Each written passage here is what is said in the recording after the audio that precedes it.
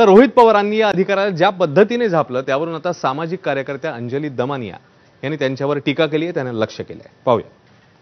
आता रोहित पवार जे बोलले म्हणजे एखाद्या अधिकाऱ्याला पब्लिकली म्हणणं की तू काय गोट्या खेळत होतास का, खिशातनं हात काढ, आणि ही जी भाषा आहे अतिशय चुकीची आहे.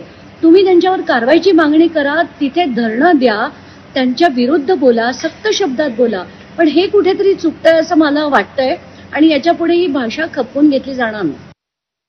तर अंजली दमानियांनी ही टीका केली आणि त्याच्यावर आता रोहित पवारांनी एक्स पोस्ट मधून उत्तर दिलं. बघूया. या एक्स पोस्ट मध्ये रोहित पवार म्हणतात, माननीय अंजलीताई, आपला माझ्यावरचा राग मी समजू शकतो, पण एखाद्या भ्रष्ट अधिकाऱ्याने केलेल्या निकृष्ट कामाचा सामान्य जनतेला त्रास होत असेल तर अशा वेळी सामान्य माणसाची भावनाही आपण समजून घेतली पाहिजे. एखादा अधिकारी जेव्हा बघतो करतो अशी वेळकाढू भाषा वापरत असेल तेव्हा कदाचित आपल्यासारख्याला लगेच फरक पडणार नाही. लोकप्रतिनिधीसमोर अधिकारी धडधडीत खोटं बोलत असतील तर तिथे विविध कामासाठी शासकीय कार्यालयात जाणाऱ्या सामान्य माणसासोबत ते कसं वागत असतील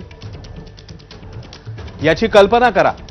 आम्ही मोठमोठा भ्रष्टाचार उघड करूनही त्याचे पुरावे मागणाऱ्या नेत्यांप्रमाणे काही अधिकारी देखील गेंड्याच्या कातडीचे झाले आहेत, असं म्हणतात रोहित पवार. कधी कधी भावनेच्या भरात संतापनावर होतो, पण याची कारणंही आपण समजून घेतली पाहिजे. उंटावरून शेळ्या आखणं सोपं असतं, पण प्रत्यक्ष वस्तुस्थिती आणि सामान्य जनतेला होणारा त्रास खूप वेगळा असतो. मी ज्या भूमिका घेतो त्या आपल्या भूमिकांप्रमाणेच प्रामाणिक असतात, फक्त सिलेक्टिव्ह नसतात, अन्यथा कधीच सत्तेत जाऊन बसलो असतो. धन्यवाद, असं म्हणतायत रोहित पवार.